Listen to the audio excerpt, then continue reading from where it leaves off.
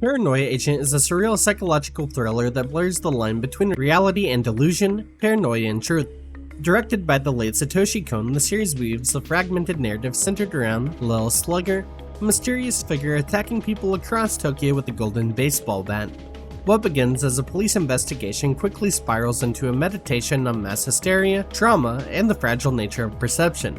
With its signature dream-like storytelling, shifting perspectives, and biting social commentary, Paranoia Agent is more than just a mystery, it's a dissection of fear itself. At its core, Paranoia Agent follows a series of seemingly random attacks by a mysterious boy known as Lil Slugger, whose victims are all pushed to the brink by personal anxieties. As detectives Zakari and Manuwa investigate, the case spirals into something much larger, touching on urban legends, mass hysteria, and the nature of fear itself.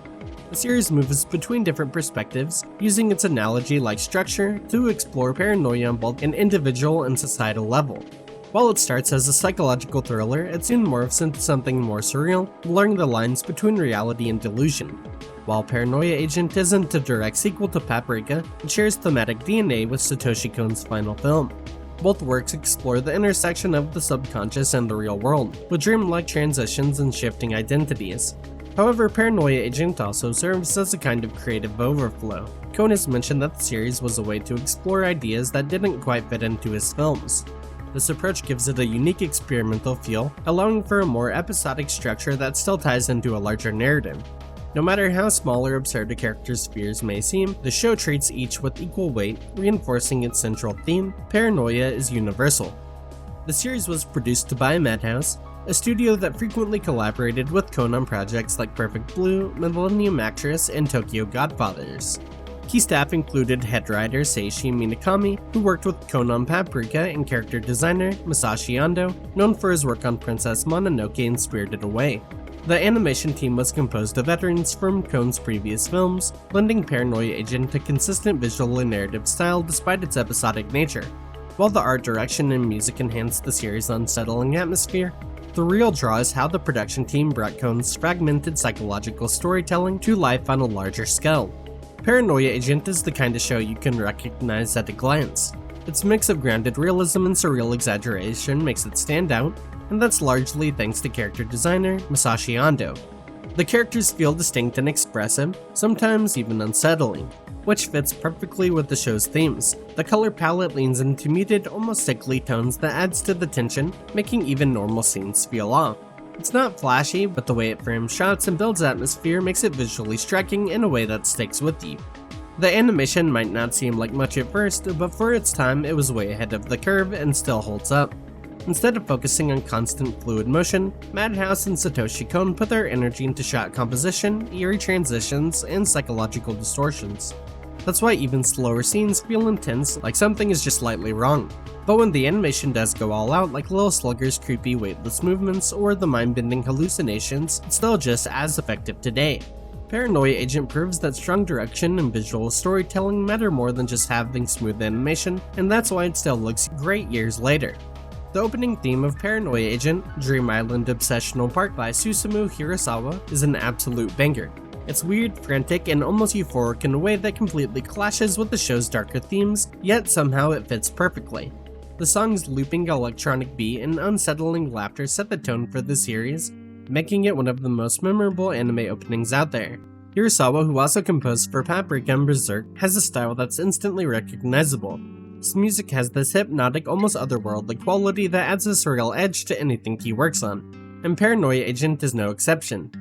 The series juxtaposes a wide variety of struggles, ranging from an arrogant child to a subhuman criminal, creating a spectrum of characters whose suffering is framed through different lenses. Due to its association with Gekiga, the show's portrayal of toxic masculinity, generational divides, and societal expectations can be read as a critique of these themes. One episode might indulge in a child's escapist fantasy, chasing an impossible high, only to be followed by a deeply unsettling, terrifying episode. This intentional whiplash adds to the series' unpredictable tone, forcing the audience to constantly reassess their expectations. A particularly disturbing example of the show's approach to psychological horror is an episode where a character's actions are only implied, yet the sheer weight of those implications make them profoundly unsettling. This motif repeats throughout the series, scenes where violence or abuse aren't explicitly shown but are heavily suggested, making the horror feel more real and insidious. The show thrives on creating emotional and tonal whiplash, shifting between absurdity and dread, leaving the viewer in a constant state of unease. A lot of the time, going over references or influences in anime doesn't really serve a casual viewer, so I wouldn't really recommend anyone go out of their way to look out for that sort of thing. However, Paranoia Agent is a series where I'd say it's actually probably worth your while to fully appreciate the series. Part of this is that it's explicitly referenced in the show as a reoccurring subject, particularly within the department's dynamics. If you think about it simply, the older characters in the show are 50, even 60 years or older. Given that the show came out over 20 years ago, it's going to be commenting on or exploring social dynamics that are from multiple generations ago. Satoshi Kon borrowed a lot from Katsuhiro Otomo, and you can see those Gekiga referenced explicitly in the show. Another example is that the ending is very much original Godzilla. While there's a surface level comparison, there's also a reason why all this has culminated in a mythological, almost storybook-like ending. Another standout episode, featuring 3 people planning a group suicide, is reminiscent of Terry Gilliam's surreal and darkly comedic style. As a standalone, it's one of the series' strongest episodes, encapsulating its themes of disconnection, despair, and the absurdity of human suffering in a self-contained narrative. Paranoia Agent is pretty straightforward in what it's trying to express, but it has a lot more depth if you're willing to spend the time analyzing it. With someone as talented as Satoshi Kon at the helm and a ridiculously skilled staff, it was always going to be good. However, Paranoia Agent manages to stand out even among his other works. It will genuinely make you laugh, get upset, and think. Whether you're casually watching or diving deep into its themes, you're guaranteed to get something out of it. Anyway, I'm curious what you guys have to say. Do you guys enjoy Paranoia Agent as much as I do? Do you think it's as poignant as The Perfect Blue or Millennium Actress? Be sure to let me know. Thanks for making it until the end of the video. Leave a like and consider subscribing to the channel. I'll see you in the next one.